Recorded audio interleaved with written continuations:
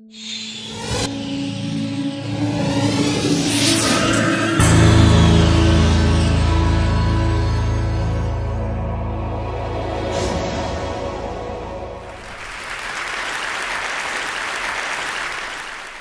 like to take you to another world, and I'd like to share a 45-year-old love story with the poor living on less than $1 a day. I went to a very elitist, snobbish, expensive education in India, and that almost destroyed me. I was all set to be a diplomat, teacher, doctor, all laid out. I don't look it, but I was the Indian national squash champion for 3 years. The whole world was laid out for me. Everything was on my feet. Could do nothing wrong. And then I thought, out of curiosity, I'd like to go and live and work, and just see what a village is like. So in 1965, I went to what was called the worst Bihar famine in India, and I saw starvation, death, people dying of hunger for the first time. Changed my life. Came back home, told my mother, I'd like to live and work in a village. Mother went into a coma. What is this? The whole world is laid out for you, the best jobs are laying out for you, and you want to go and work in a village? I mean, is there something wrong with you? I said, no, I've got the best education, it made me think, and I wanted to give something back in my own way. What do you want to do in a village? No job, no money, no security, no prospect. I said, I want to live and dig wells for 5 years. Dig wells for 5 years? You went to the most expensive school and college in India and you want to dig wells for 5 years? She didn't speak to me for a very long time because she thought I'd let my family down. But then I was exposed to the most extraordinary knowledge and skills that very poor people have, which is never brought into mainstream, which is never identified, respected, applied on a large scale. And I thought I'd start a barefoot college only for the poor. What the poor thought was important would be reflected in the college. Went to this village for the first time. Elders came to me and said, are you running from the police? I said, no. You failed in your exam? I said, no. You didn't get a government job? I said, no. What are you doing here? Why are you here? The educational system in India makes you look at Paris and Delhi and Zurich. What are you doing in this village? Is there something wrong with you you're not telling us? I said, no. I want to actually start a college only for the poor. What the poor thought was important would be reflected in the college. So then they gave me some very sound and profound advice. They said, please, don't bring anyone with a degree and qualification into your college. So it's the only college in India where if you should have a PhD or a master's, you're disqualified to come. You have to be a cop-out or a washout or a dropout to come to our college. You have to work with your hands. You have to have a dignity of labor. You have to show that you have a skill that you can offer to the community and provide a service to the community. So we started the Barefoot College, and we redefined professionalism. Who is a professional? A professional is someone who has a combination of competence, confidence, and belief. A water diviner is a professional. A traditional midwife is a professional. A traditional bone setter is a professional. These are professionals all over the world. You'll find them in any inaccessible village around the world. And we thought that these people should come into mainstream and show that the knowledge and skills that they have is universal. It needs to be used, it needs to be applied, it needs to be shown to the world outside that these knowledge and skills are relevant even today. So the college works following the lifestyle and work style of Mahatma Gandhi. You eat on the floor, you sleep on the floor, you work on the floor. There are no contracts, no written contracts. You can stay with me for 20 years, go tomorrow. And no one can get more than $100 a month. You come for the money, you don't come to Barefoot College. You come for the work and the challenge, you come to the Barefoot College. That is where we want you to try crazy ideas. Whatever idea you have, come and try. Doesn't matter if you fail. Battered, bruised, you start again. It's the only college where the teacher is the learner and the learner is the teacher. And it's the only college we don't give a certificate. You are certified by the community you serve. You don't need a paper to hang on the wall to show that you are an engineer. So when they said that, they said, well, show us what is possible. What are you doing? This is all mumbo jumbo if you can't show it on the ground. So we built the first Barefoot College in 1986. It was built by 12 barefoot architects who can't read and write. Built on $1.50 a square foot. 150 people lived there, worked there. They got the Aga Khan Award for Architecture in 2002. But then they suspected, they thought there was an architect behind it. I said, yes, they made the blueprints, but the barefoot architects actually constructed the college. We are the only ones who actually returned the award for $50,000 because they didn't believe us and we thought that they were actually casting aspersions on the barefoot architects of Thilonia. I asked a forester, high-powered, paper-qualified expert. I said, what can you build in this place? He had one look at the soil and said, forget it, no way, nothing can work. No water, rocky soil. I was in a bit of a spot, and I said, okay, I'll go to the old man in the village and say, what should I grow in this pot? He looked quietly at me and said, you build this, you put this, and it'll work. This is what it looks like today. Went to the roof, and all the women said, clear out. The men should clear out because we don't want to share this technology with the men. This is waterproofing the roof. It is a bit of jaggery, bit of urine, and a bit of other things I don't know, but it actually doesn't leak. Since 1986, it hasn't leaked. This technology, the women will not share with the men. It's the only college which is fully solar electrified. All the power comes from the sun. 45 kilowatts of panels on the roof, and everything works out of the sun for the next 25 years. So long as the sun shines, I have no problem with power. But the beauty is that it was installed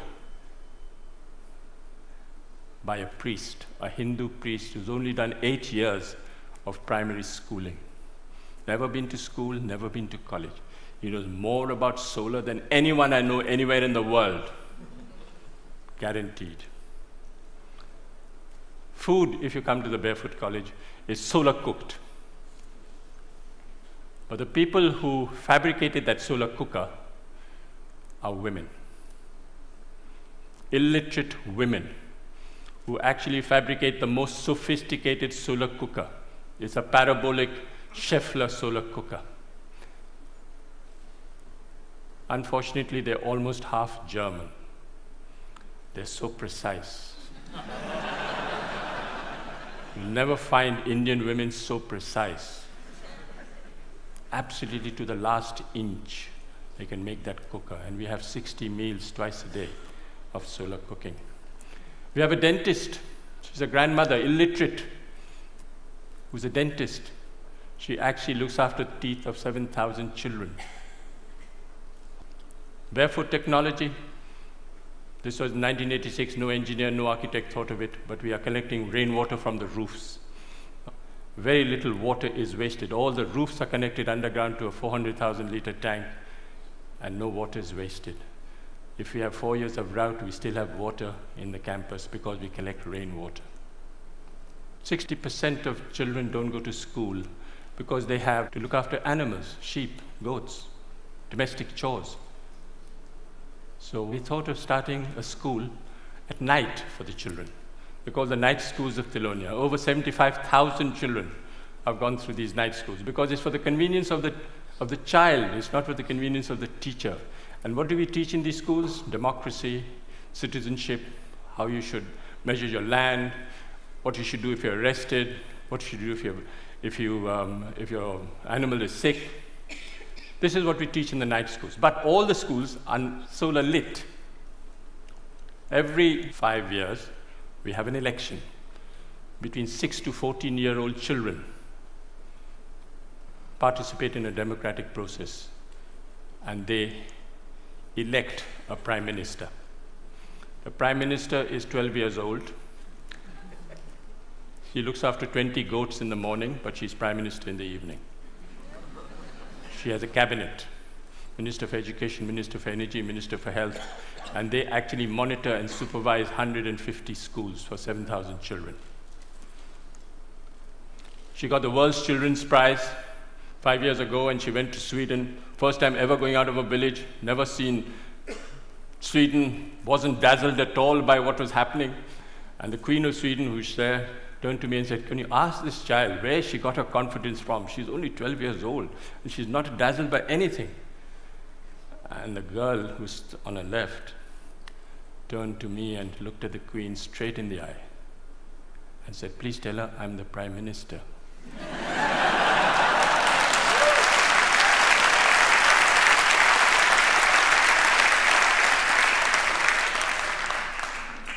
Where this percentage of illiteracy is very high, we use puppetry.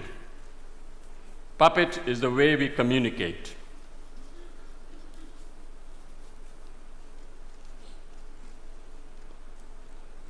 You have Joachim Chacha, who's 300 years old. He's my psychoanalyst, he's my teacher, he's my doctor, he's my lawyer, he's my donor.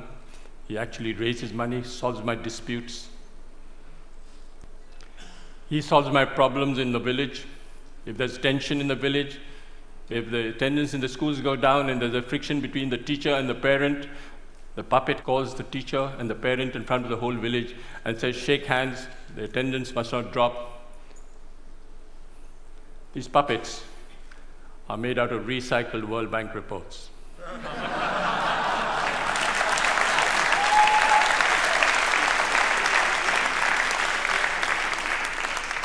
So this decentralized, demystified approach of solar electrifying villages, we've covered all over India, from Ladakh up to Bhutan. All solar electrified villages by people who have been trained. When we went to Ladakh and we asked this woman, at -40, you have to come out of the roof because there's no place, it's all snowed up on both sides. And we asked this woman, what was the benefit you had from solar electricity? And she thought for a minute and said, "It's the first time I can see my husband's face in winter." Went to Afghanistan. One lesson we learned in India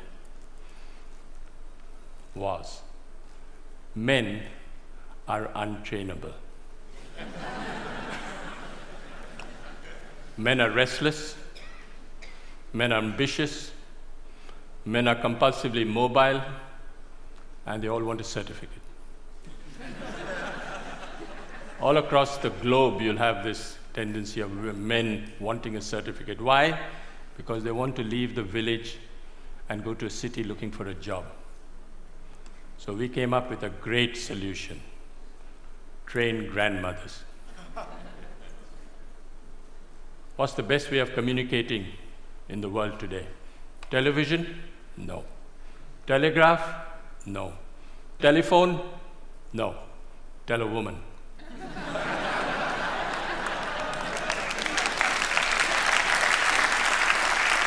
So we went to Afghanistan for the first time. And we picked 3 women and said, we want to take them to India. They said, impossible. They don't even go out of their rooms and you want to take them to India. I said, I'll make a concession. I'll take the husbands along as well. So I took the husbands along. Of course, the women were much more intelligent than the men. In 6 months, how do we train these women? Sign language. You don't use the written word. You don't use the spoken word. You use sign language. And in 6 months, they can become solar engineers. They go back and solar electrify their own village. This woman went back and solar electrified the first village, set up a workshop. The first village ever to be solar electrified in Afghanistan were by the 3 women.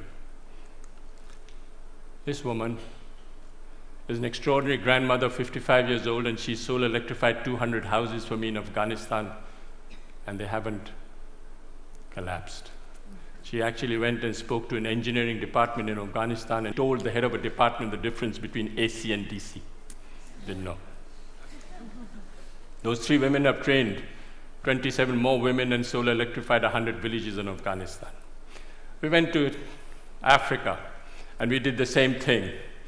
All these women sitting in one table from 8, 9 countries, all chatting to each other, not understanding a word because they're all speaking the different language. But their body language is great. They're speaking to each other and actually becoming solar engineers. I went to Sierra Leone, and there was this minister driving down at the dead of night, comes across this village, comes back, goes into the village and says, well, what's the story? They said, these 2 grandmothers. Grandmothers? Minister couldn't believe what was happening. Where did they go? Went to India and back. Went straight to the president. He said, do you know there's a solar electrified village in Sierra Leone? He said, no. Half the cabinet went to see the grandmothers the next day. What's the story? So he summoned me and said, can you train me 150 grandmothers? I said, I can't, Mr. President, but they will. The grandmothers will. So he built me the first barefoot training center in Sierra Leone, and 150 grandmothers are being trained in Sierra Leone. Gambia. I went to select the grandmother in Gambia. Went to this village, I knew which woman I would like to take. The community got together and said, I'll take these 2 women. I said, no, I want to take this woman. They said, why? She doesn't know the language, you don't know her. I said, no, I like the body language, I like the way she speaks. Difficult husband, not possible. Call the husband. Husband came. Swaggering, politician, mobile in his hand, not possible. Why not? The woman, look how beautiful she is. I said, yeah, she's very beautiful. What happens if she runs off with an Indian man? That was the biggest fear. I said, she'll be happy, she'll ring up in a mobile. She went like a grandmother and came back like a tiger. She walked out of the plane and spoke to the whole press as if she was a veteran. She handled the national press, and she was a star. And when I went back 6 months later, I said, where's your husband? Oh, somewhere, doesn't matter. Doesn't matter. Doesn't matter. Success story.